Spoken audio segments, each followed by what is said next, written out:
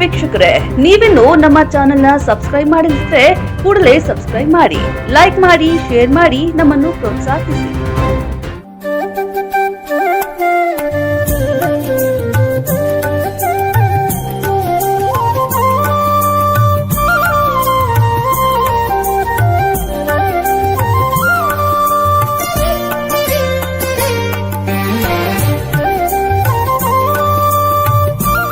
ವೀಕ್ಷಕರೇ, 7 ಹಂತಗಳಲ್ಲಿ ನಿಗದಿಯಾಗಿದ್ದ ಲೋಕಸಭಾ ಚುನಾವಣೆ ಜೂನ್ 1ರಂದು ಕೊನೆಗೊಳ್ಳಲಿದೆ.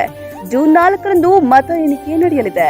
3ನೇ ಬಾರಿಗೆ ಕೇಂದ್ರದಲ್ಲಿ ಅಧಿಕಾರದ ಗದ್ದುಗೆ ಏರುವ ಗುರಿ ಹೊಂದಿರುವ ಪ್ರಧಾನಿ ನರೇಂದ್ರ ಮೋದಿ ಗುರುವಾರ ಸಂಜೆ ಕನ್ಯಾಕುಮಾರಿಯ ವಿವೇಕಾನಂದ ರಾಕ್ಗೆ ಇದು 2ನೇ ಭೇಟಿಯಾಗಲಿದೆ. ಹಾಗೆ ನೋಡಿದ್ರೆ 1991ರಲ್ಲಿ ಮುರಳಿ ಮನೋಹರ್ ಜೋಶಿ ಜೊತೆ ನಮೋ ಒಮ್ಮೆ ಭೇಟಿ ನೀಡಿದ್ರು.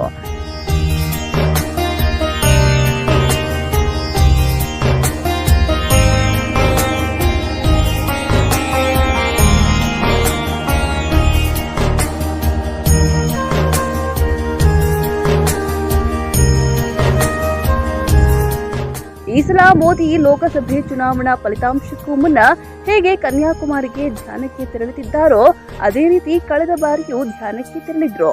ಲೋಕಸಭಾ ರಿಸಲ್ಟ್ಗೂ ಮುನ್ನ ಉತ್ತರಾಖಂಡದ ಕೇದಾರನಾಥ ಬಳಿ ಇರುವ ರುದ್ರ ಗುಹೆಗೆ ಆಗಮಿಸಿದ್ರು. ಗುಹೆಯಲ್ಲಿ ಒಂದು ರಾತ್ರಿ ಧ್ಯಾನಸ್ಥರಾಗಿದ್ರು. ಬರೋಬ್ಬರಿ 17 ಗಂಟೆ ಧ್ಯಾನ ಮಾಡಿದ್ರು. ಮೈ ಕೊರೆಯುವ ಚಳಿಯಲ್ಲಿ ಹಿಮ ಸುರಿಯುವ ಪ್ರದೇಶದಲ್ಲಿ ನಮೋ ಧ್ಯಾನಸ್ಥರಾಗಿದ್ದರ ಬಗ್ಗೆ ವ್ಯಾಪಕ ಸುದ್ದಿ ಸದ್ದು ಮಾಡಿತ್ತು.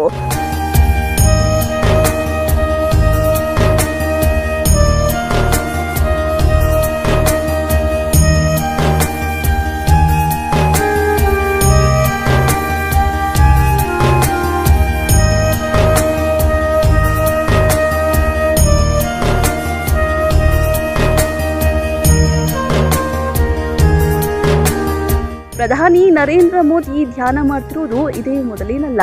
ಅಂದು 2019ರ ಲೋಕಸಭಾ ಎಲೆಕ್ಷನ್ ರಿಸಲ್ಟ್ಗೂ ಮುನ್ನ ಕೂಡ ಮೋದಿ ಮೆಡಿಟೇಷನ್ ಹಲ್ಚಲ್ ಸೃಷ್ಟಿಸಿತ್ತು.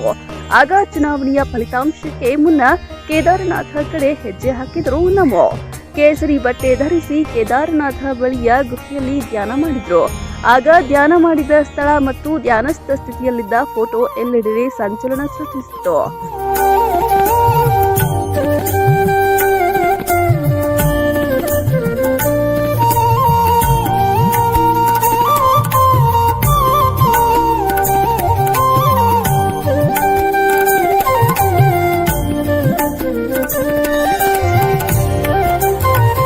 ಈ ಬಾರಿ ಕನ್ಯಾಕುಮಾರಿಯ ವಿವೇಕಾನಂದ ರಾಕ್ನಲ್ಲಿ 48 ಗಂಟೆಗಳ ಕಾಲ ನಮೋ ಧ್ಯಾನಸ್ಥರಾಗಲಿದ್ದಾರೆ. ವಿವೇಕಾನಂದ ರಾಕ್ ಸ್ಮಾರಕದ ಮೇಲೆ ಕುಳಿತು ಧ್ಯಾನ ಮಾಡಲಿರುವುದು ಕೂಡ ಮಹತ್ವ ಪಡೆದಿದೆ. ಯಾಕಂದ್ರೆ ಅದೇ ದಿನ ವಾರಣಾಸಿಯಲ್ಲಿ ಮತದಾನ ನಡೆದಿರುತ್ತೆ.